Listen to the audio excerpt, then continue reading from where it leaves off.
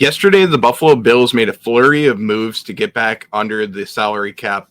The Bills had to do it by March 13th in order to stay under the salary cap without any random ramifications of being in salary cap hell, while also not losing out on a draft pick.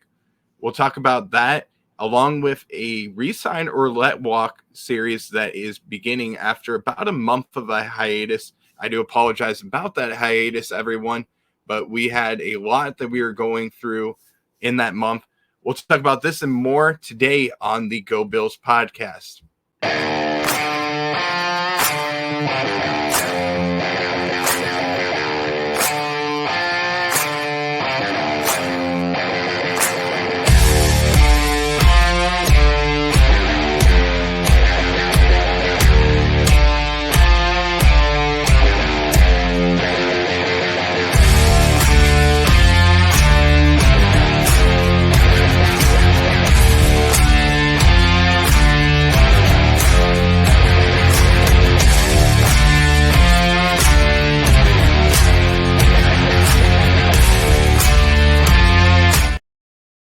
Welcome in, everyone. Welcome back to another edition of Resign or Let Walk on the Go Bills podcast. I am your host and founder of the page, Brett McDurphy.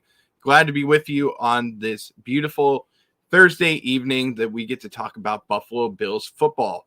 Well, I wanted to start off the video by talking about the moves that the Buffalo Bills made, and a lot of moves that not only were we surprised about, but also some moves that are heartbreakers. And while this is the NFL, this is exactly how it goes.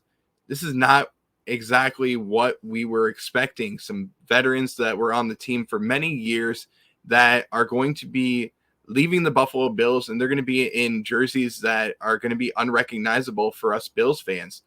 We have guys like Jordan Poyer. We have Tre'Davious White, Micah Hyde that's going to be in a new uniform.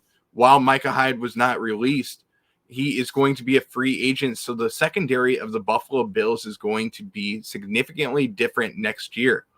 We also have guys like Mitch Morse that's going to be on a different team.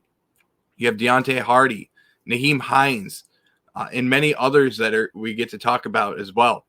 But the point of this video is not about the free agents that we lost.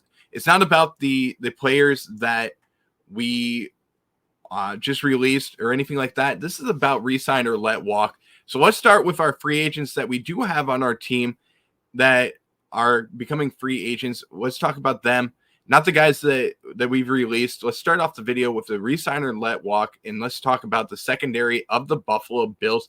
And I have a special free agent that I believe that the Bills need to re-sign that was on the 2023 roster last year. And that player is going to be we're going to talk about him in just a second. But I want to give you a little bit of a background on this player before we reveal who it is. If you don't already, don't forget to like and subscribe. Follow us for all content on the Buffalo Bills.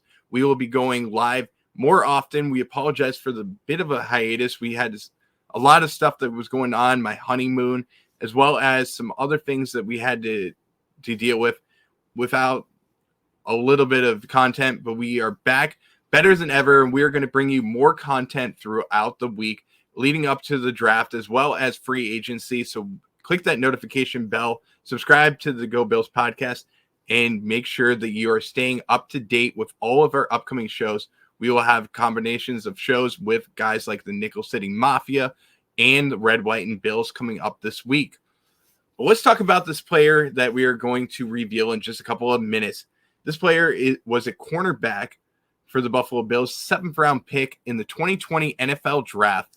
He was a quarterback in high school, but he converted to cornerback when he was in college. He redshirted his freshman year of college and played mostly in a reserve role in his redshirt freshman year, but then started every game during his sophomore year as well as his junior and senior year at the college that he went to. As a senior, he led his team with 12 pass breakups, 43 tackles, 3 for a loss, as well as an interception and a sack assist.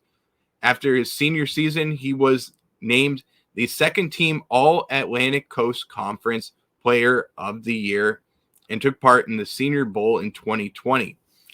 His measurements at the professional level, these were the pre-draft measurables: 5'11", 5'8", 187 pounds, 30 and 3/8 inch arms, handspan of 8 3/4 inches, ran a 4.57 40-yard dash with a 10-yard split and a 20-yard split of 2.67 seconds.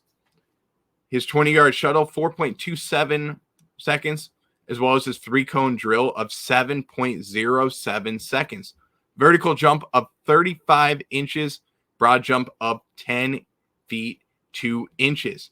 Now, this corner was selected in the 7th round, 239th pick in the 2020 NFL Draft, signed a 4-year, $3.376 million contract with the Buffalo Bills. Now, he was on the injured reserved list / COVID list to start his career with the Buffalo Bills, but was activated a few weeks later after a few moves that happened due to injuries to guys like Levi Wallace as well as Josh Norman. Now, before I reveal this player, I want you guys to figure out this player was elevated from the practice squad for 2 games against the New York Jets, as well as against the New England Patriots in week 7 and 8. Now, if you can guess this player, you are going to be one of the key players in the Buffalo Bills sweepstakes.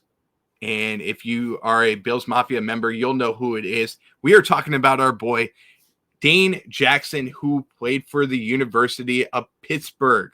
This player is one of the secondary players that we absolutely need to re-sign.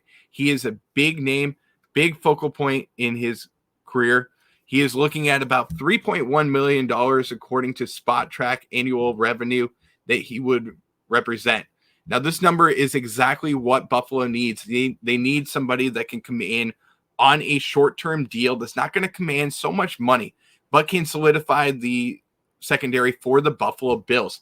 He's playing in more of a reserve role with guys like Christian Benford as well as Rasul Douglas ahead of him. But he also has competition with Kaiir Elam coming in, and possibly even a draft pick, maybe even a free agent that could come in and cause some competition to his roster spot. But I believe that the Bills need to re-sign Dane Jackson in order to make that secondary so much stronger, because injuries do happen.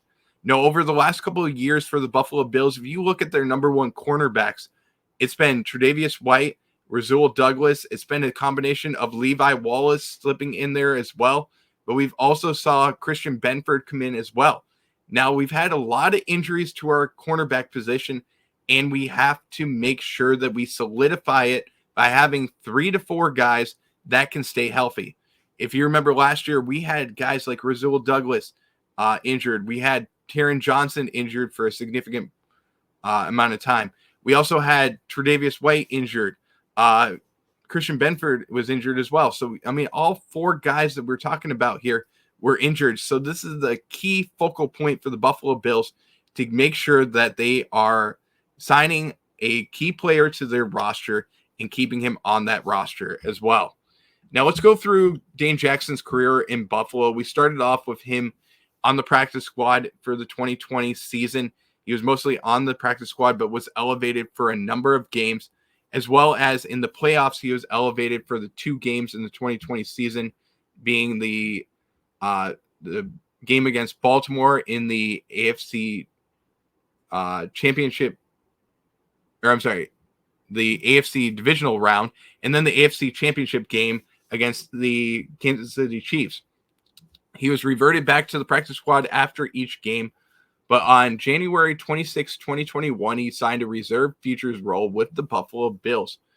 Now, after that, Jackson was on the active roster, but he suffered a neck injury on a Monday Night Football game versus the Tennessee Titans on September 19th, 2022, after colliding with teammate Tremaine Edmonds as the two attempted to tackle an opposing player. He was removed from the field via ambulance, but was released from the hospital the following day after it was determined he avoided no major damage to him or his neck and spinal cord. Now, he was a major player throughout the 2022 season as well as throughout the 2023 season for the Buffalo Bills, playing a key reserve role. Let's go over his tackle numbers as well as interceptions and fumbles. In the 2020 season, he played in 5 games for the Buffalo Bills. That was his first year with the Buffalo Bills.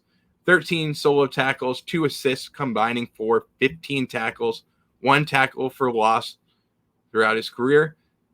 For his first year, 5 passes defense, as well as an interception for 6 yards and a forced fumble recovery.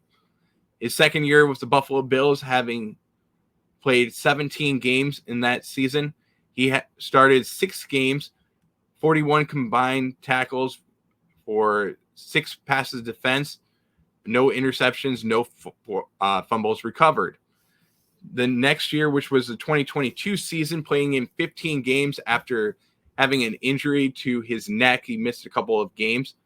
Starting 14 of those games, he had his career high of 57 tackles combined that season, 12 passes defense, 2 interceptions for 13 yards. The longest was an 11-yard interception that he had.